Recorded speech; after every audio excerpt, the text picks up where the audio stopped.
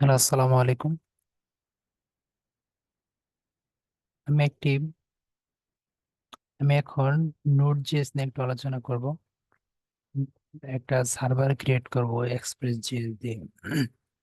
এখানে আমি এত ডিটেলস আলোচনা করব না, যতটুকু আপনাদের বা আমাদের প্রয়োজন এটা নিয়ে জাস্ট একটা কথা বলবো কিভাবে তৈরি করবেন।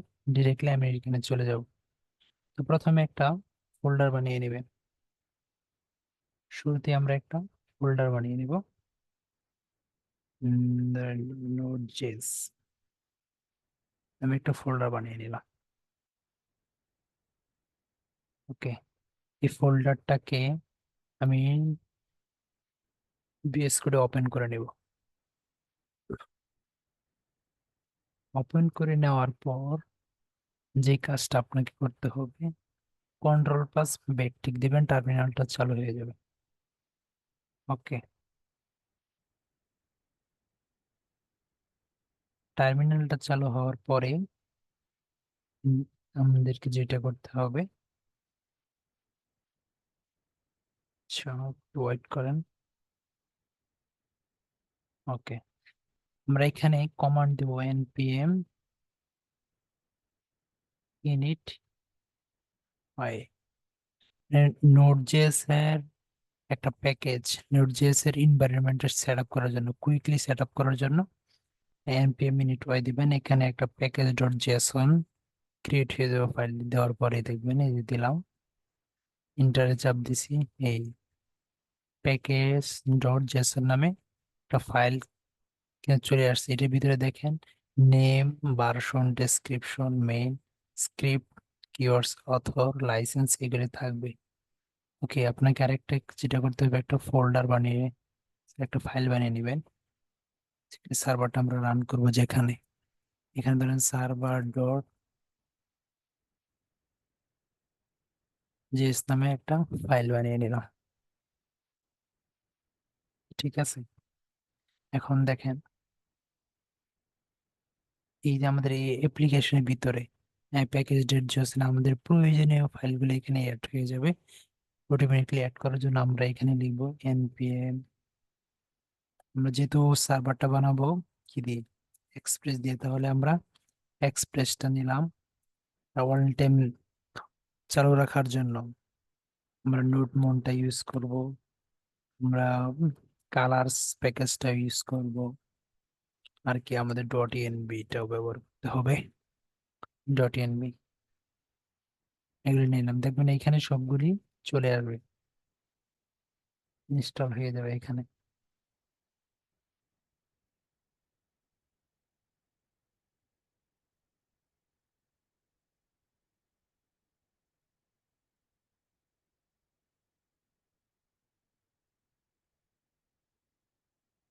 একটু টাইম বেশি নিতেছে। এই যে দেখেন, যে ডিপেন্ডেন্সির ভিতরে আমরা যেইগুলি নিলাম, কালার ডট এনভিএক্স সবগুলো চলে আসলো। ওকে, এখন এইগুলিকে আমাদের সার্ভারে ইম্পোর্ট করাতে হবে। আচ্ছা, এখানে এই যে ইম্পোর্ট করানোর জন্য এই যে ইম্পোর্ট যে লিখতেছি, এই ইম্পোর্ট যদি আমি লিখি তাহলে এটার জন্য আমাদের প্যাকেজ ডট জেসনে বলে দিতে হবে।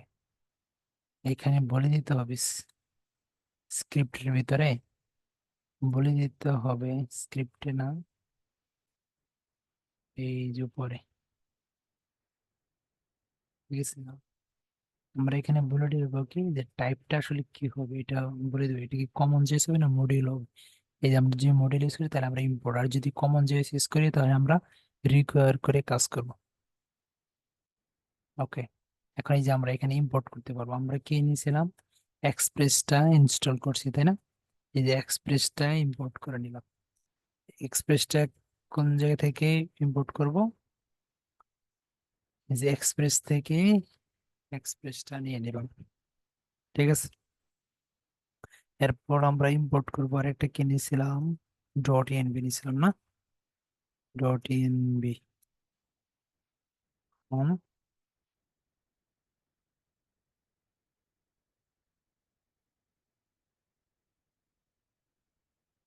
ডট এনবিটা ইনস্টল করছি, ডট এনবি নিয়ে নিলাম। আরেকটা কি আমরা ইম্পোর্ট করছি, কালার।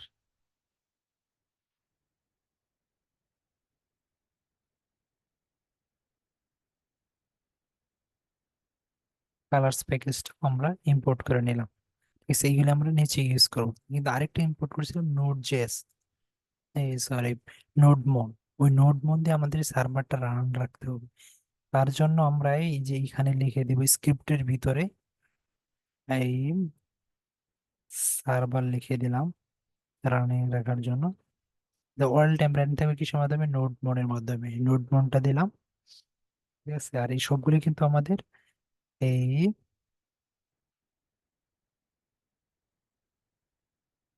এখানে লিখতে হবে নোডমন, তারপর আমাদের এই সার্ভারটা যে আছে সার্ভার ডট জেএস লিখে দিলাম। ঠিক আছে, এখন যদি সার্ভার ডট জেএস এ যাই, এইখানে আমাদের এখন যে কাজটা করতে হবে, ইনিশিয়ালাইজেশন। এই যে সার্ভারটাকে এক্সপ্রেসটাকে আমাদের ইনিশিয়ালাইজ করতে হবে।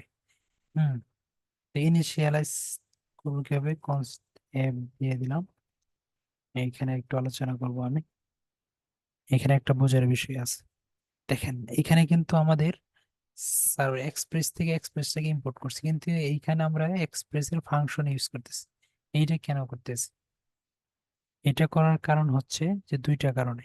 এই এক্সপ্রেসটা হচ্ছে, হ্যাঁ, মনে করেন যে একটা প্ল্যানারের মতো।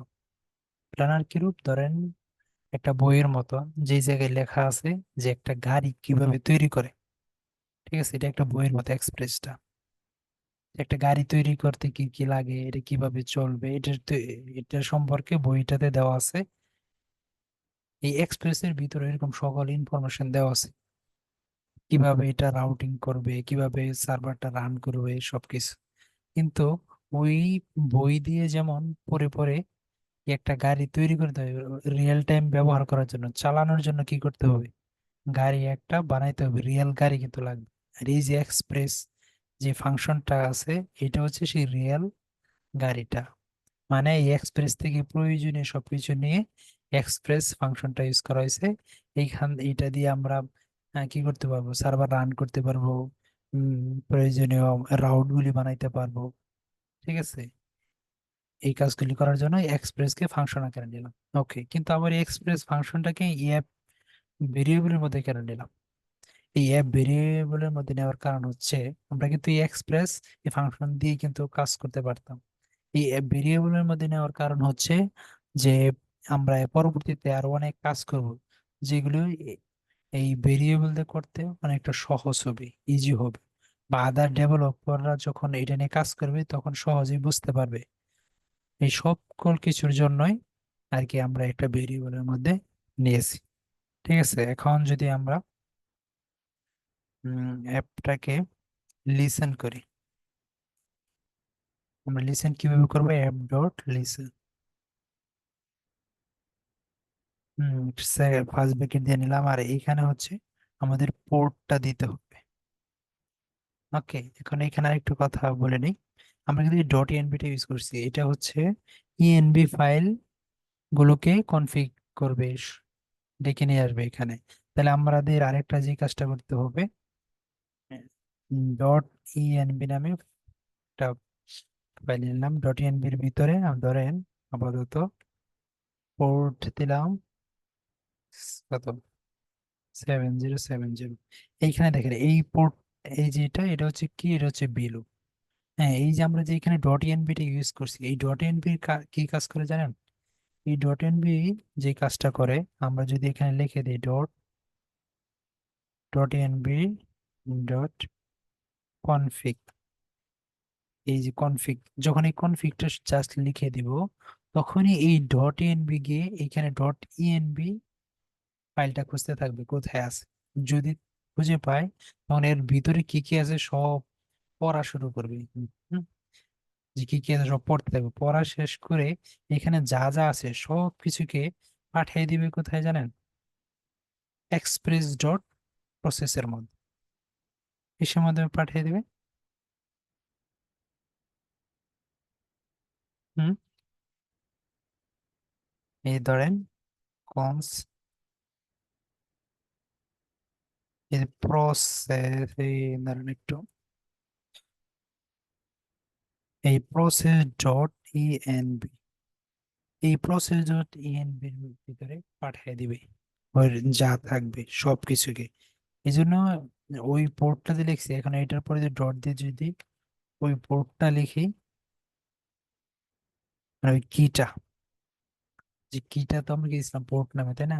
তাহলে যে এর এখন কিন্তু চলে আসছে এই যে এই ইএনবির ভিতরে যে পোর্টটা আছে এটা কিন্তু চলে আসছে এইখানে। তাহলে এটাকে আমরা একটা ভেরিয়েবল দিয়ে নিই, কনস্ট প্রিয়রিটি পোর্ট। পোর্টটা আমি ভেরিয়েবলের ভিতরে নিলাম, এখন কিন্তু ওইখান থেকে এখানে চলে আসলো।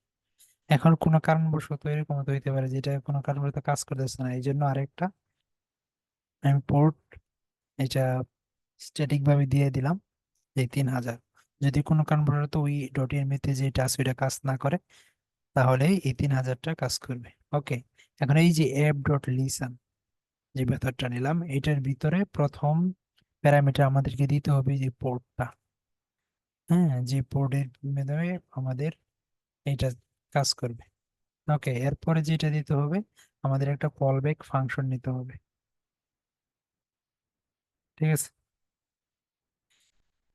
এই কল ব্যাক ফাংশনের মাধ্যমে ধরেন লক করলাম। হুম,